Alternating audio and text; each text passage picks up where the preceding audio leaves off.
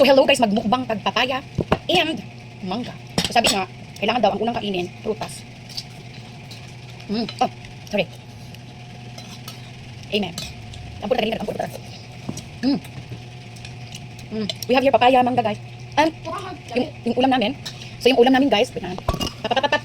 Tadan! Oh, sarap ng paglutuan namin guys. Ito na yung paglutuan namin ng soup. Ang sarap, meron siyang papaya, meron siyang corn, meron siyang, bigyan mo nga siya ng ano, yung favorite yung potato. Potato, meron siyang ano tawag dito? Ba yun ay? Meron din siyang, what is it? Wala tuloy ako. Corn, potato, banana, cabbage. Of course, may mga atsal. Kailangan talaga pagluto ng ganito. May atsal, may sibuyas, may ginger, may luya, onion. Tanglad. Hindi na mawala sa mga bisaya. Ang tanglad. And now, of course, ito guys, medyo matigas pa siya. Kaya nga sabi ko, antayin natin mahinog talaga siya. Pero sobrang yelo na guys, hinog na talaga siya. However, hindi siya ganun ka lambot. Kung gusto mo nang malambot, dapat pahinugin pa talaga siya. O diba, tignan nyo guys, ganyan yung papaya natin. Okay. Oh, galing sa puno talaga na. Pinaghirapan natin itanim guys. Pinaghirapan. O diba guys, nakakain na tayo. Mumukbang na natin. Sarap yung sausaw sa tuyo suka. However, this time, wow, masarap nito guys. Alright, ito na natin ilagay yung mga balat. Niligpitin din naman natin yan. Hindi ko siya guys tatanggalan dito para mas masarap talaga. Alright, ito lang ang tatanggalin natin. Then, dito banda, ay, sayang naman okay. So, titikman na natin, nasarap na walang, sugar. Masarap siya guys. Ang tamis, kuwang sugar. Wala siyang sugar Mat, you have to try papaya. Come on, Nat. Busog na po ako. Papaya, you want? Is it sweet? Yeah. But I don't want to. You have to try. Come here. Come here, Nat. No. Come here, please. Just a little, please. This one. Come here. This one. Nom. Sarap. Go. Yummy yan. Yummy. Cheers. Ayaw ni baby. Oh, baby. Come here, Nat. Ayaw ni baby. Baby. Baby ako na.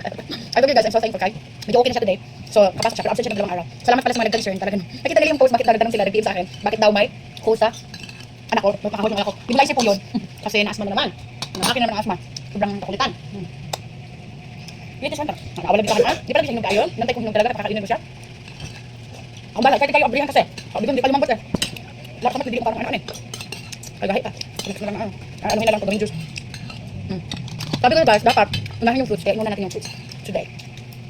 Mangga. Masarap din to. Sausawan. Pero nabusog na ako. Fiber. Kailangan natin ng fiber talaga. So, at yung liso nito guys, hindi ko shake tapos. Bukas, mukhang malambot na bukas. Excited na sila eh. Kung yung suka guys, masarap din siya sausaw. Sarap. Wow, sarap ka. Masarap din yung kanin.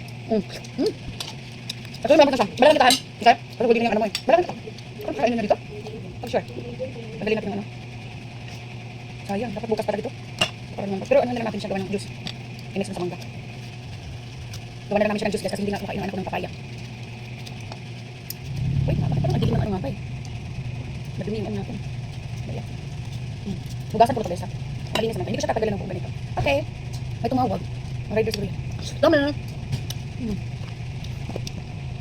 Yummy. Nabusog na ako guys. Wala sa mga kanin ko? Wala mo pa ako. Ha? Ito yung kandaan nyo. Patay tayo ngayon guys. Bubukbang tayo ng. Kunin na ko yung papaya. Sarap. Ito, bye.